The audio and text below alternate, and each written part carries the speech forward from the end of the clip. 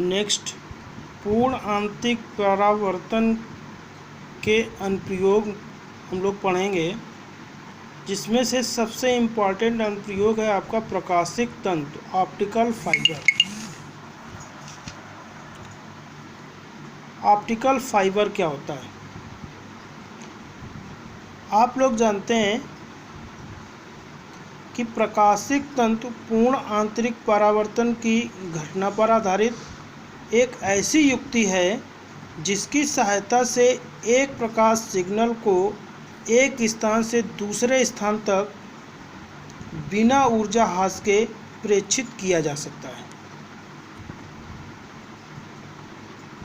इस युक्ति को ही प्रकाशिक तंतु कहते हैं। आप लोग जानते होंगे चिकित्सा में इसका उपयोग बहुत किया जाता है, जिसे इंडोस्कोपी की जाती है। इंडोस्कोपी में इस प्रकाशिक तंतु अर्थात ऑप्टिकल फाइबर्स का यूज किया जाता है। अर्थात प्रकाशिक तंतु पूर्ण आंतरिक परावर्तन की घटना पर आधारित एक ऐसी युक्ति है जिसकी सहायता से एक प्रकाश सिग्नल को एक स्थान से दूसरे स्थान तक बिना ऊर्जा ह्रास के प्रेषित किया जा सकता है। अब इसके फिगर पर ज़रा ध्यान दें। पाइपों की बड़ी संख्या का समूह प्रकाश पाइप बनाता है और प्रकाश सिग्नलों के प्रेषण में प्रयुक्त किया जाता है।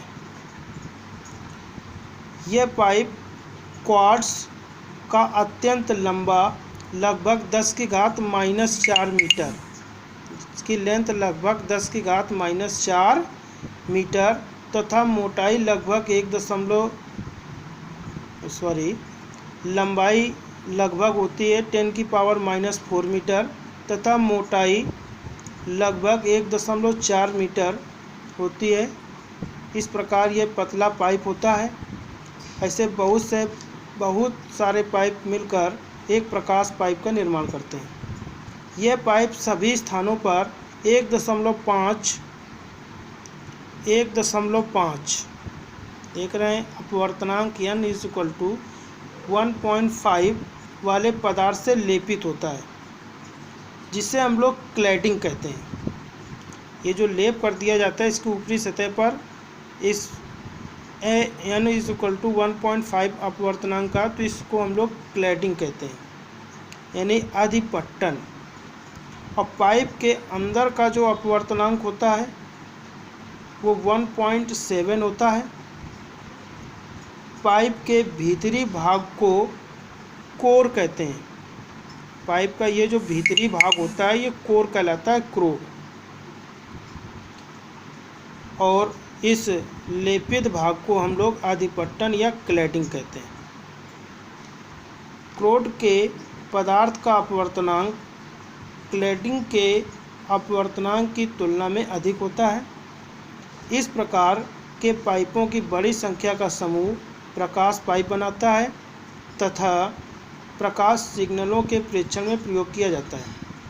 यहाँ देख रहे हैं कि जब प्रकाश की किरण इस प्रकाशिक तंतु में या पाइप में प्रवेश करती है तो पूर्ण आंतरिक परावर्तन के नियम का पालन करते हुए संपूर्ण प्रकाश किरण उसी माध्यम में ऐसे बाइंड हो जाती है और इस प्रकार से बिना ऊर्जा ह्रास के निर्गत हो जाती है।